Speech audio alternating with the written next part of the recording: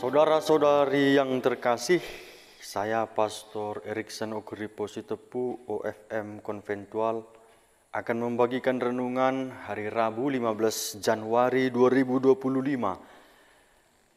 Yang akan kita renungkan ialah Injil Markus bab 1 ayat 29 sampai 39. Sekeluarnya dari rumah ibadat itu, Yesus dengan Yakobus dan Yohanes pergi ke rumah Simon dan Andreas. Ibu mertua Simon terbaring karena sakit demam. Mereka segera memberitahukan keadaannya kepada Yesus.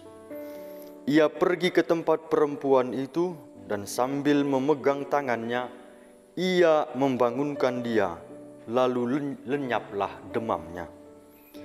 Kemudian perempuan itu melayani mereka. Menjelang malam, sesudah matahari terbenam, dibawalah kepada Yesus semua orang yang menderita sakit dan yang kerasukan setan. Maka berkerumunlah seluruh penduduk kota itu di depan pintu. Ia menyembuhkan banyak orang yang menderita bermacam-macam penyakit dan mengusir banyak setan. Ia tidak memperbolehkan setan-setan itu berbicara sebab mereka mengenal dia. Pagi-pagi benar, waktu hari masih gelap, ia bangun dan pergi keluar. Ia pergi ke tempat yang sunyi dan berdoa di sana. Tetapi Simon dan kawan-kawannya menyusul dia. Waktu menemukan dia, mereka berkata, "Semua orang mencari engkau." Jawabnya, "Marilah kita pergi ke tempat lain, ke kota-kota yang berdekatan, supaya di sana juga aku memberitakan Injil, karena untuk itu aku telah datang." Lalu pergilah ia ke seluruh Galilea dan memberitakan Injil dalam rumah-rumah ibadat mereka dan mengusir setan-setan. Demikianlah sabda Tuhan. Terpujilah Kristus. Saudara-saudari yang terkasih, mari kita merenungkan Injil yang barusan kita dengar. Dikatakan bahwa Yesus membuat mujizat, menyembuhkan ibu mertua Simon yang sedang sakit demam dan menyembuhkan orang-orang yang menderita berbagai macam penyakit serta mengusir banyak setan. Itu dilakukan oleh Yesus saat dia keluar dari sinagoga di Kapernaum. Yesus bersama Yakobus dan Yohanes. Saudara-saudari yang terkasih, banyak orang di Kapernaum yang percaya kepada Yesus. Inilah yang menggerakkan mereka membawa orang-orang sakit dan orang-orang yang kerasukan setan untuk menjumpai Yesus. Ini iman. Berhadapan dengan orang-orang yang menaruh kepercayaan kepada Tuhan, Yesus mulai bertindak. Dia mengusir setan-setan dan menyembuhkan mereka dari berbagai penyakit.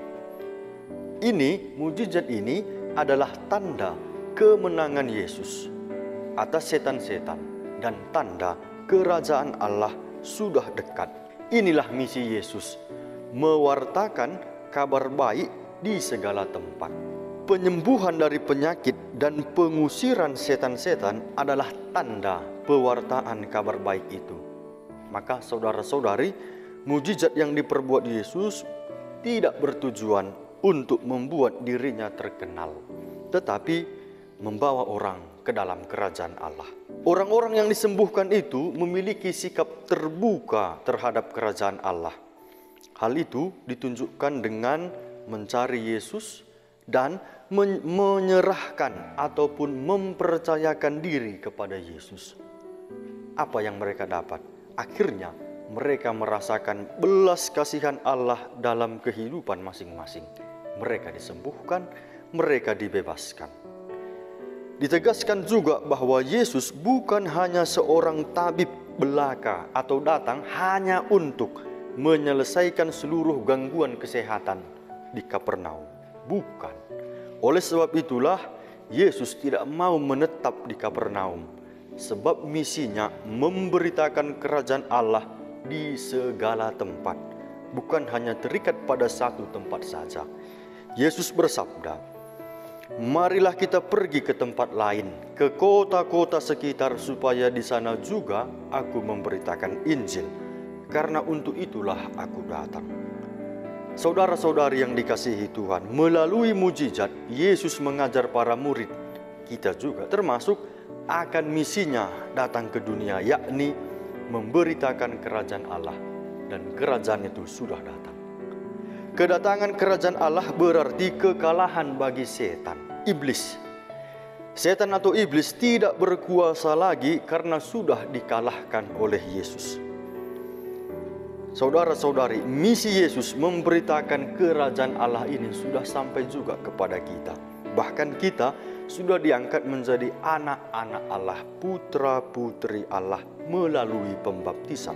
Oleh sebab itu, bukan lagi setan yang berkuasa dalam diri kita, melainkan Allah yang meraja dalam kehidupan kita. Ada banyak mujizat dalam kehidupan kita jika kita merenungkannya dalam iman. Ada banyak belas kasih Allah yang kita alami dalam kehidupan kita jika kita melihatnya dengan iman. Mujizat atau pengalaman belas kasih Allah itu yang kita alami itu memperkuat iman kita akan Dia. Sejalan dengan itu, mujizat bukan untuk dinikmati sendiri seperti orang-orang Kapernaum yang mau menahan Yesus di tempat mereka. Bukan dinikmati sendiri, tetapi seharusnya membuat kita bersyukur kepada Tuhan dan melayani sesama, sebagaimana ditampakkan oleh ibu mertua Petrus. Sesudah dia disembuhkan, dia langsung melayani Yesus. Maka saudara-saudari, mari kita bagikan belas kasihan Allah yang kita alami dalam kehidupan kita, agar semakin banyak orang mengenal Tuhan dan percaya kepadanya. Sebab Tuhan mengorbankan diri untuk keselamatan kita.